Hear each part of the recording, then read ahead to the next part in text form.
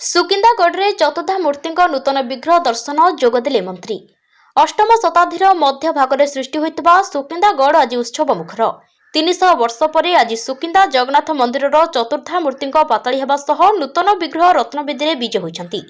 ପୁରୀରୁ ଆସିଥିବା ମାତା ସୁଭଦ୍ରାଙ୍କ ମୁଖ୍ୟ ବାଡ଼ଗ୍ରାହୀ ରାମଦାସ ମହାପାତ୍ରଙ୍କ ତତ୍ତ୍ୱାବଧାନରେ ଶ୍ରୀମନ୍ଦିର ପରିଚାଳନା କମିଟି ସଦସ୍ୟ ମାଧବ ଚନ୍ଦ୍ର ମହାପାତ୍ରଙ୍କ ଉପସ୍ଥିତିରେ ସୁକିନ୍ଦା ମନ୍ଦିରର ବ୍ରାହ୍ମଣ ସେବାୟତମାନେ ସମସ୍ତ ପୂଜା କାର୍ଯ୍ୟରେ ସହଯୋଗ କରିଥିଲେ। ପ୍ରାଣ ପ୍ରତିଷ୍ଠା ସମୟରେ କେବଳ ବାଡ଼ଗ୍ରାହୀ ରାମଦାସ ମହାପାତ୍ରଙ୍କ ସହିତ ବିଗ୍ରହ ନିର୍ମାଣ କରିଥିବା ମହାରଣା ଚିନ୍ତାମଣି ମହାପାତ୍ର ଓ ମହାରଣାମାନେ ଉପସ୍ଥିତ ରହି ବିଗ୍ରହଙ୍କ ବ୍ରହ୍ମ ପରିବର୍ତ୍ତନ କରିବା ପରେ ନୂତନ ବିଗ୍ରହଙ୍କୁ ରତ୍ନବେଦୀରେ ବିଜେ କରାଇଥିଲେ।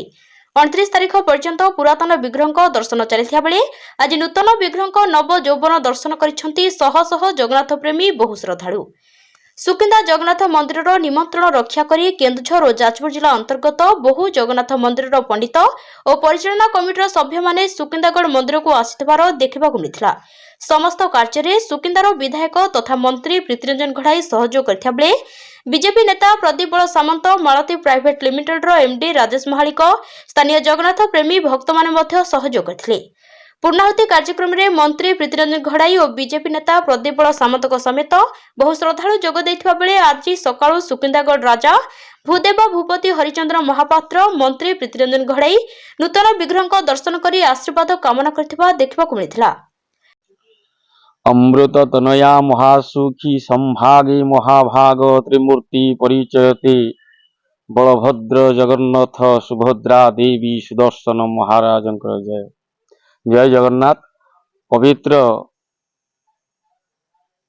दिन आज सुकिंदा जगन्नाथ मंदिरर अमृत महोत्सव ये प्रभुंकर आज नवकलेवर दर्शन महाप्रभुंकर नवजौवन दर्शन बा जो नूतन विग्रह प्रतिष्ठा उत्सव आज दिन रे महाप्रभुंकर नवजौवन दर्शन अशांत शांत प्रतीक्षित अप्रतीक्षित माध्यम रे जगन्नाथ महाप्रभुंकर दीर्घ 2 मास हब माँ सुभद्रा बाढ़ग्राही तत्वावधान रे जो दारुच्छेदन कार्यक्रम होइथिला तापरे महाप्रभुंकर गोटी गोटी करी समस्त लीला संपूर्ण हेइची।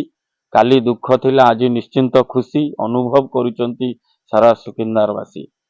तेणुकरी महाप्रभु जगन्नाथंकर जो नवकलेवर बा दारु विग्रह उत्सव बा नवजौवन दर्शन आज सारा सुकिंदावासी समस्ते खुशी एवं आनंदित। जय जगन्नाथ। जाजपुर जिल्लाରୁ ଜଗବନ୍ଧୁ ମହାଳିକଙ୍କ ରିପୋର୍ଟ, ନ୍ୟୁଜ୍ ଓଡ଼ିଆ।